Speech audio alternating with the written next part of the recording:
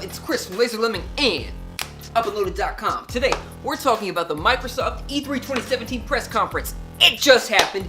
Microsoft dropped some bombs. Some of them fizzled on impact, but we're going to talk about whatever I want to talk about. We're not going to go through the whole 5-hour show. It felt like a 5-hour show. It was really probably about hour 45, 2 hours, but it was long. It was longer than I expected it to be.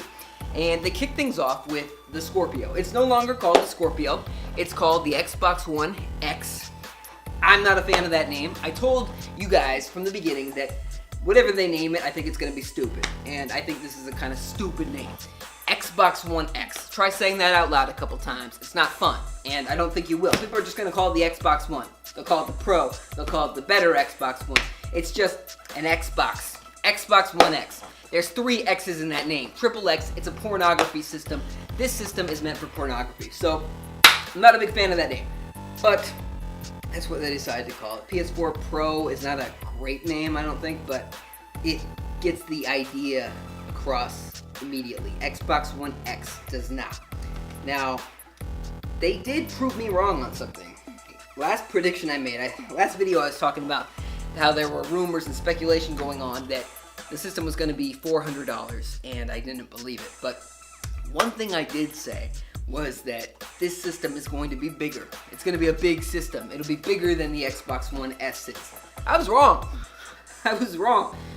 Before they even said it, they showed a picture of it, and the controller, which is one of these, this is an Xbox One controller, which I use on my PC, it was standing next to the system, which looks like a PlayStation 2, like a flatter, more sleeker PlayStation 2 to me.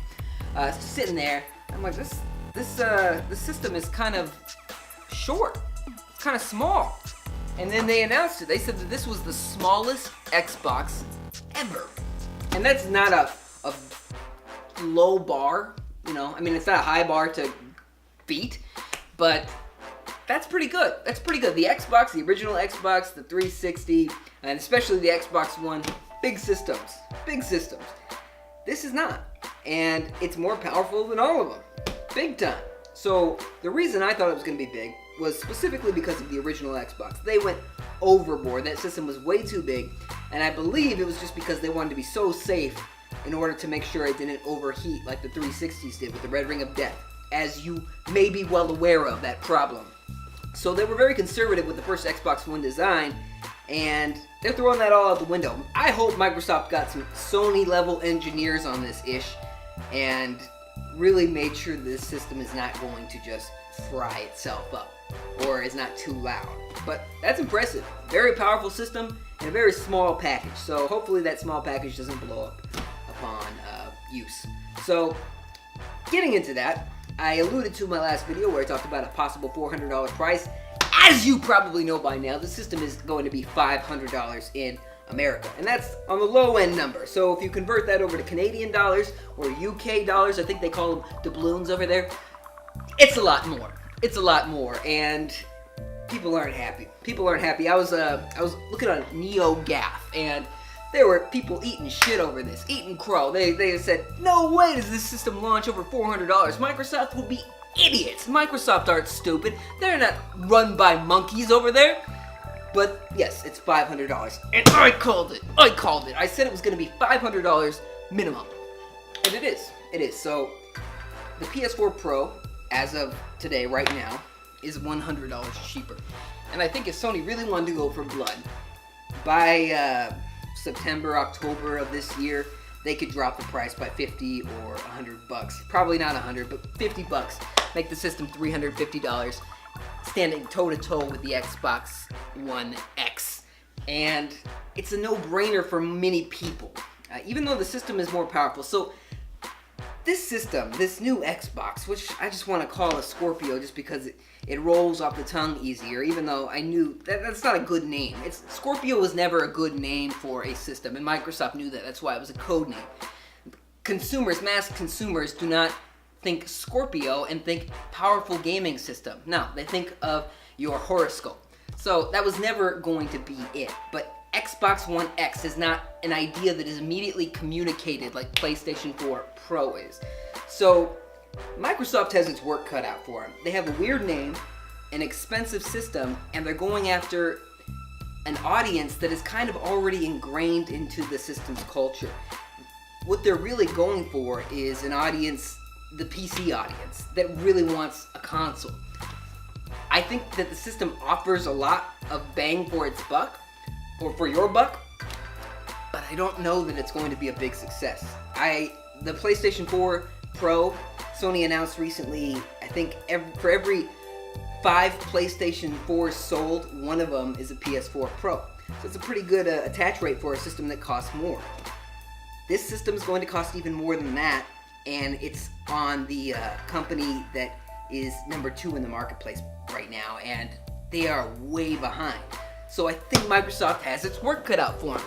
Best of luck to them, but I'm not sure that this system is going to be as big of a success as they think it will be. Now, right after unveiling the system, they didn't get to the price till near the end, but right after unveiling the system, the first thing they showed off was Forza 7. And I've never been huge into sim racers, even Gran Turismo, Forza, whatever it is. I'm much more about the arcade racers. I love racing games, but I'm much more about Mario Kart or Need for Speed or Burnout or Split Second, whatever it is, or especially F-Zero, even Wipeout.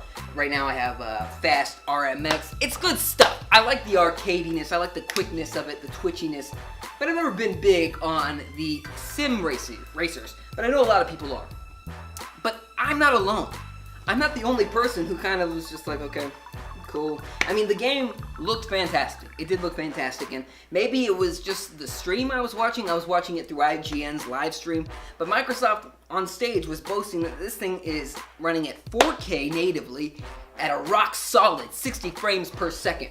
But that thing looked kind of stuttery to me. I mean, a little choppy. I don't know how to explain it. It's probably the stream's fault, but maybe I'm just nitpicking. Anyway, my whole point was that opening with this game as your first game being shown, I know that a lot of people like it, the franchise and that sort of game, but it's not like that universal kind of game. And I think the only reason they really wanted to show that first is because they could say this game is running natively at 4K at 60 frames per second. I think that was the only reason. And it did look good, but it wasn't that exciting, visceral action that they later showed. So I didn't think it opened that great, especially the very, very beginning. The very first thing they showed was this little video of resolutions, literal video resolutions, showing from back in the day when it was tiny, and then it showed the box getting bigger, and it was just showing in the corner the actual resolution size. It would say 720 by 480, 1280 by 720, and it would say a year next to it. And I just thought, really? This is the way they're going with this? This is how they want to open their show? And it really was a show that was trying to get that PC gamer. I don't understand what they're doing. They're releasing this mid-gen refresh that is going to cost $100 more than Sony's mid-gen refresh, and they are number 2 in the marketplace right now. I don't know exactly who they're chasing here, and I feel like they're chasing their own tail. I don't think it's the right direction for Microsoft at the moment. But that's just my completely unbiased thoughts. So, there were some good games that they showed. They had Terry Crews in a special trailer for Crackdown 3. Crackdown 3 was their big game. I think was Microsoft's big first-party game, because they didn't really have much going on for first parties.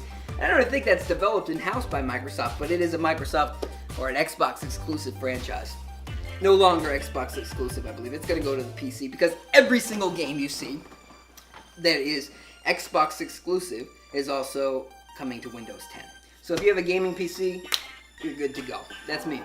So they didn't sell me on the Xbox ecosystem right now, but I'm cool with it, because this was still worth watching, because as a PC gamer myself, I own other consoles, but as a PC gamer, whatever Microsoft shows as an exclusive, I'm good. So thank you, Philly Spencer. I appreciate it, but I'm not buying your system, at least not yet.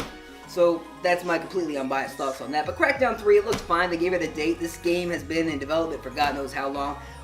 I wonder if Microsoft is just going to sweep away all that cloud talk, because when they first announced the Xbox One, they said, Crackdown 3 is going to be awesome because of the cloud. The cloud's going to do all the extra work. It's going to be the most amazing game ever. So we'll see. If that game requires you to be online to play, then maybe. If not, then maybe Microsoft was just blowing smoke up our ass. So that's what's going on with that. There were a lot of AAA games shown. The new Metro game, Metro Exodus, looks beautiful. Especially running on the Xbox One, looked gorgeous. That one looked pretty good. A lot of people, when I was watching the stream, there was a chat going on, and a lot of people, before they announced that it was called Metro Exodus, people were saying, it's Half-Life 3, it's Half-Life 3, but the monsters didn't look anything like Half-Life 3. I think I'm talking a little fast. Maybe I should slow it down a little bit for you. Anyway, a lot of AAA games were shown. They finally gave the big reveal of Assassin's Creed Origins, which nobody had even seen coming. Nobody knew the name of this game, nobody knew the setting, nobody knew who was developing it, nobody knew anything about this game except for anybody who had been looking at gaming news over the last month or so, because Ubisoft hates secrets. They can't keep a secret to save their lives. That's why we know on Tuesday, Mario x Rabbids is coming out, or is going to be announced by Nintendo. So, we know this because Ubisoft can't keep a secret to save their lives. Other AAA games were shown. Honestly, I couldn't get excited about most of them. What I did get excited about was a lot of the indie games they were showing, especially with the power of the Scorpio, or the Xbox One X. I hate that. I'm going to call it the XBX. No, I'll just call it X, whatever it is. The new one, with the power of the new one.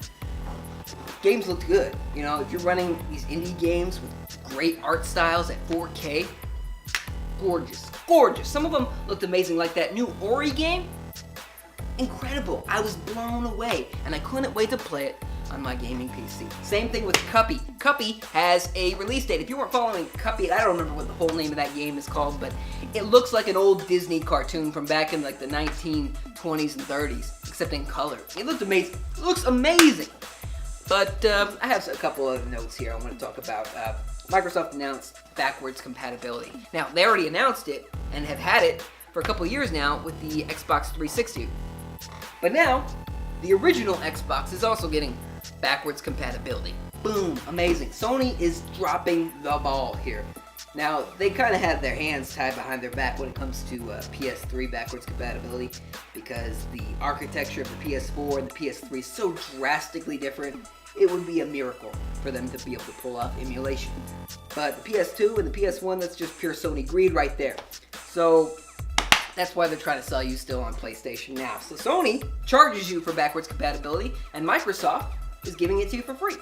In fact, the games run better than they used to, and they have online play still, and you could buy them digitally on Microsoft's store. That is a much better solution, and this is all coming from a company who would have screwed you over even harder than Sony would have if they had gotten away with their original 2013 plans for the Xbox One. Do you remember what they wanted? They wanted that system to be a DRM-ridden machine that didn't allow used games. It was gonna follow and track you. It just sucked. But people revolted with their words, and Microsoft caved really quickly. They've been eating shit for it ever since, but honestly, the policies have been better. Speaking of better policies, they announced that Minecraft is going to be cross-platform now. People can play on the Xbox One X or the Xbox One S or the Nintendo Switch or on iOS or Android or PC. All of these people can play together online now. It wasn't like that before. This is a big deal. They even showed a Minecraft-built Switch in their trailer. So that's pretty cool. You know, did you hear something? Did you catch something? Did you miss that I said no Sony? I didn't say Sony. There's no PlayStation 4 in that list of systems. All of these systems, except for the PlayStation 4, are going to have cross-play. Sony said no. Sony said, nah, we don't need it. We're the boss. We're the boss. People have been waiting and begging Sony to allow this since Microsoft announced that they were open to the idea a year or two ago. But Sony's like, nah, fuck it. We don't want to. We're the top dog. You know why Microsoft said yes in the first place? Why Microsoft was inviting Sony and Nintendo and Apple and Google into this world was because Microsoft was losing. They were losing against Sony big time. They still are. But because of that, they were more open to this idea. And they've been open to ideas of gaining favor with the gaming consumer, like yourself and myself. So losing, being in second place, makes you hungrier for it. I feel like the second place company is always trying harder. And that's definitely true, I think, in this case. So even though Microsoft is not winning, they're trying harder than Sony is. Sony's kind of on autopilot right now. And I feel like they've been on autopilot since day one with the PS4. Remember, when I said that in 2013, Microsoft was getting their asses handed to them just by me and you, anybody with a keyboard that wanted to express their opinion to Microsoft about what they were doing with their Xbox One system and how awful it was going to be. Anybody who wanted to say something to them could. And I completely lost my train of thought here, but they are actually doing okay. I feel like they've become a much better company because of it. Now, I don't want to go on too much longer. I just want to say that this was not the most awesome show to me. I remember that I said that this was going to be a hardware-focused show, and in many ways it was, but they did show off a lot of games. They kept saying, we have all of these exclusive games. They said they were going to show like 42 games or something, and about 22 of them were exclusive to the Xbox or Windows ecosystem. And many of them were just timed exclusives that they reworded to make it sound like they were actual exclusives, but they weren't. The final game they showed was called Anthem. It's also a multi-platform game, but they got the official exclusive reveal. It looked pretty good. It's from BioWare, but the thing that was missing, I think, was a lack of good first-party software. I don't think that they really tried or came to with it. Phil Spencer recently said that, we're gonna really fight to bring back good first-party support because Microsoft can coast on third-party support. They're like the anti-Nintendo. Nintendo lives and dies by their first-party support. Third-party support, they really struggle. Microsoft, they've got Halo, they've got Gears of War now and Forza, but they don't really try to create a lot of new IPs, a lot of exclusive new IPs. They're like the Money Hat ones, or Money Hat IPs and exclusives or timed exclusives, but they don't really invest a lot of money into new first-party studio IP, and it doesn't sound like they really have much intention to. They said, we're going to invest like $1 billion into this, but they canceled Scalebound, and what did they show at E3 this year? Not really much when it came to first-party content.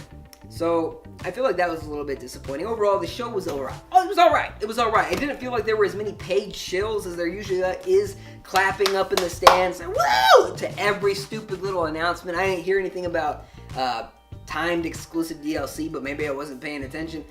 Overall, it was a fine show. I'm glad it wasn't too green. They did get the green colors in every now and then, but it was mostly pretty slick, modern presentation. And there was a lot of cool games and a lot of whatever. For me, the indies won it. The indies were the big thing to look out for. But I like indie games, especially fantastic looking ones like the games they actually showed on the show. I'm rambling quite a bit. But thank you very much for watching. Subscribe for more if you have not already. I'll see you next time.